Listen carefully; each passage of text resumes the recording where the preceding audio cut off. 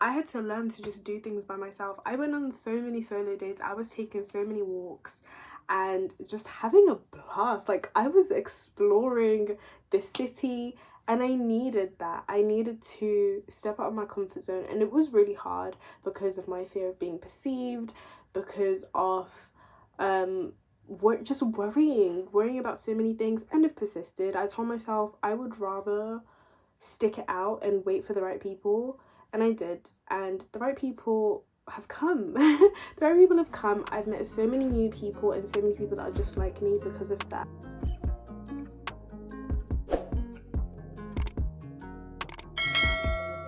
Hello, welcome back to my channel. I'm sat on the floor again because this is where the best lighting was. Today I really want to talk about why being alone, spending more time by myself, really healed me, and how it kind of catapulted my spiritual journey and my healing process, and my self-discovery process.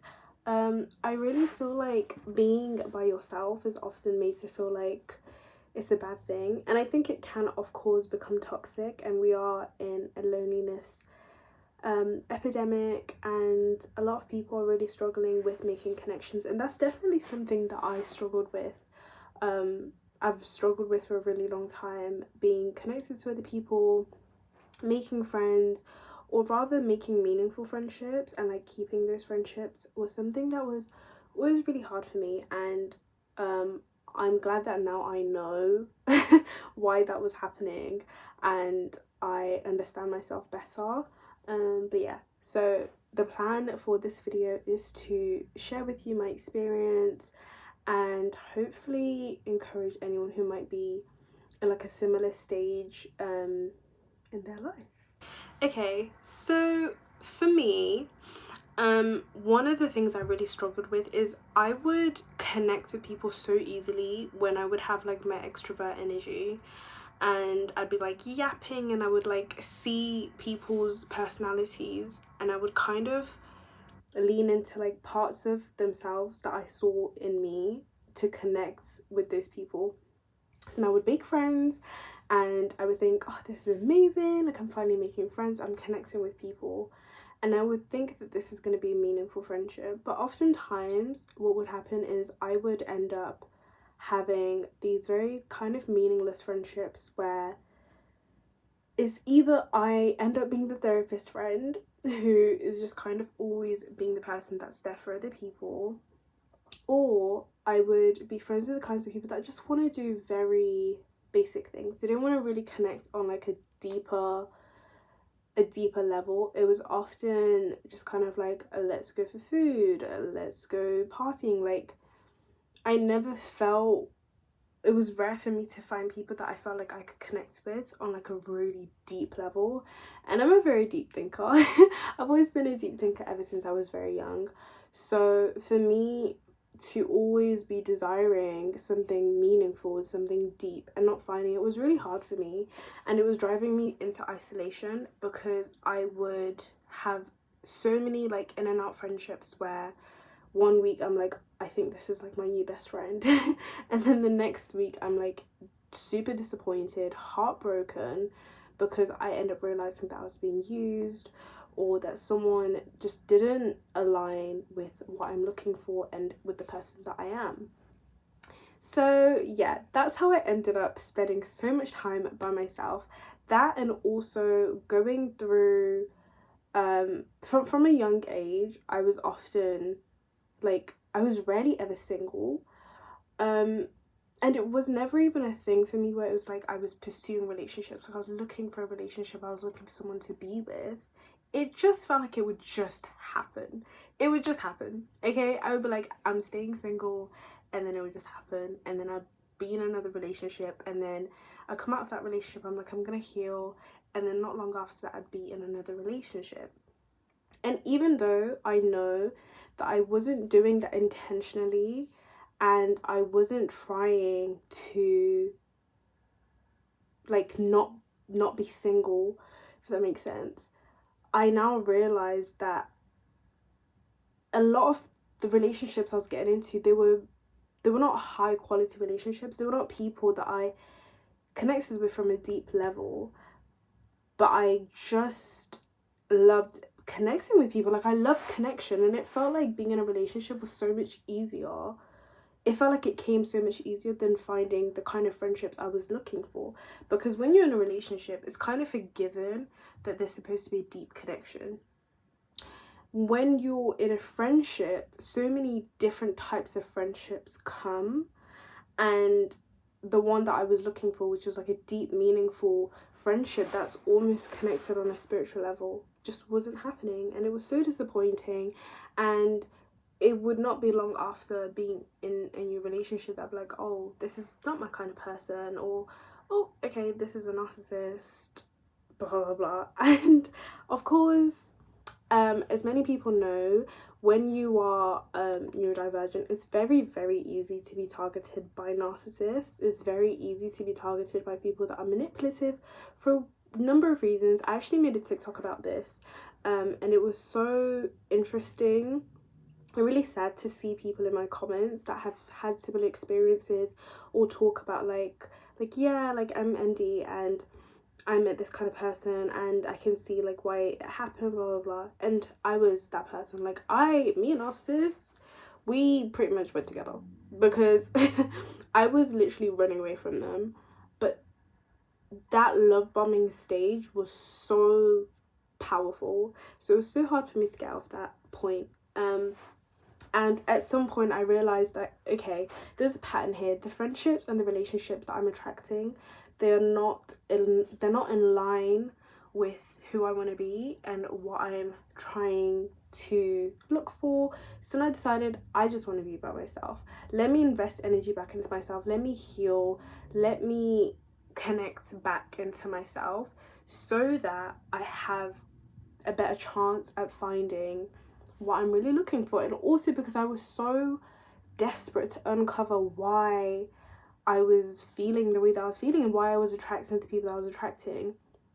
And I'm so grateful that obviously in the past like year and a half, 2 years, that I've now like found out that I'm ND.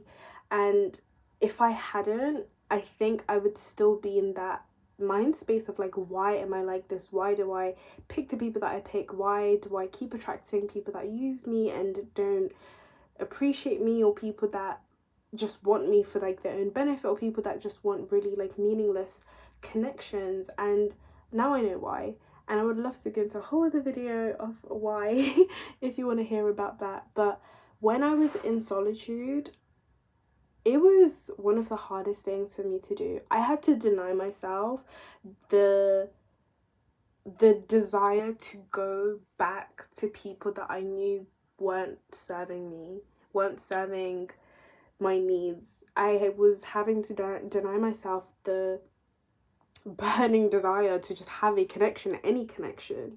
And I remember saying things like, I just really want to connect with people, like I kind of don't care anymore who it is. But then I stuck through. Sorry about I stuck through, and I just kind of persisted. I told myself I would rather stick it out and wait for the right people, and I did. And the right people have come. The right people have come. I've met so many new people, and so many people that are just like me because of that.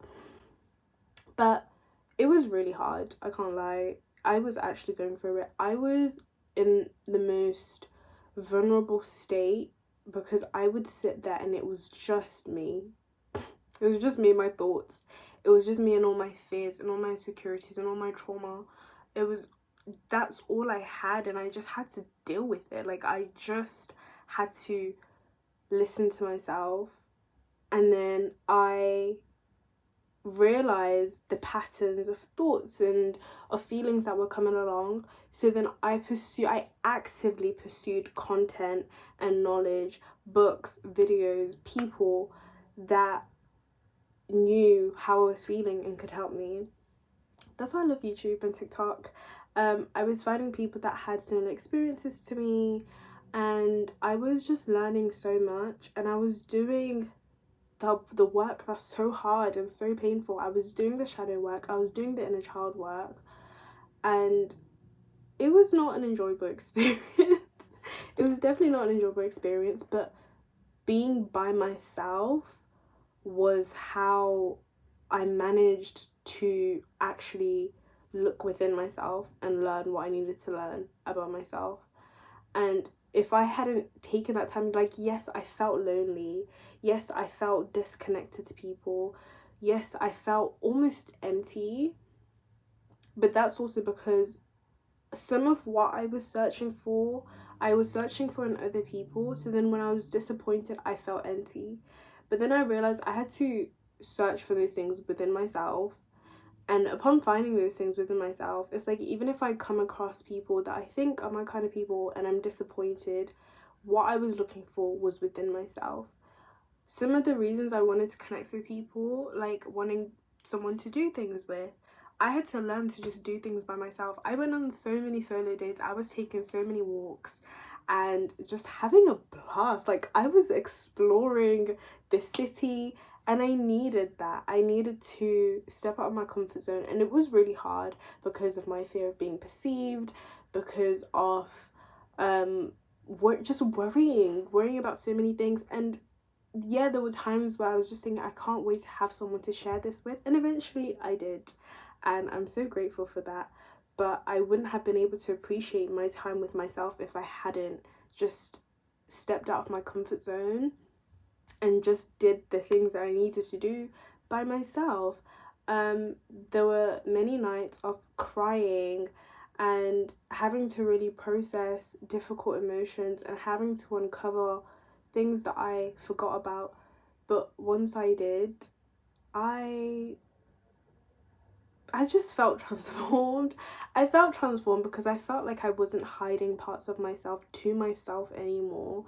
And it's an ongoing process. Like, I'm still going, I'm still learning, and I'm still having to actively take time to be by myself, because once I found people I connected with, sometimes I did fall into old patterns of like not spending enough time by myself. But I've learned how valuable, like so valuable, being by myself is.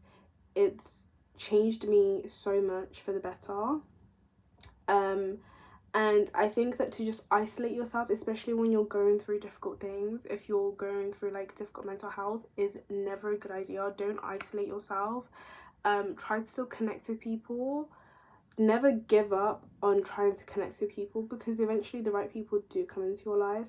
But you have to actively, like, take an active role in your mental health and in your healing and in your spiritual journey and all the things to do with yourself. Like, you have to take the time to be by yourself.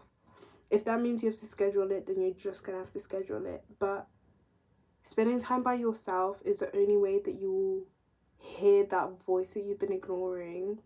And honestly, you'll come to find that some of the answers you've been looking for were right there, but you just needed to be in quiet. You needed to be away from the loudness of everything else. You needed to be away from the distracting experiences of life and everything that is outside.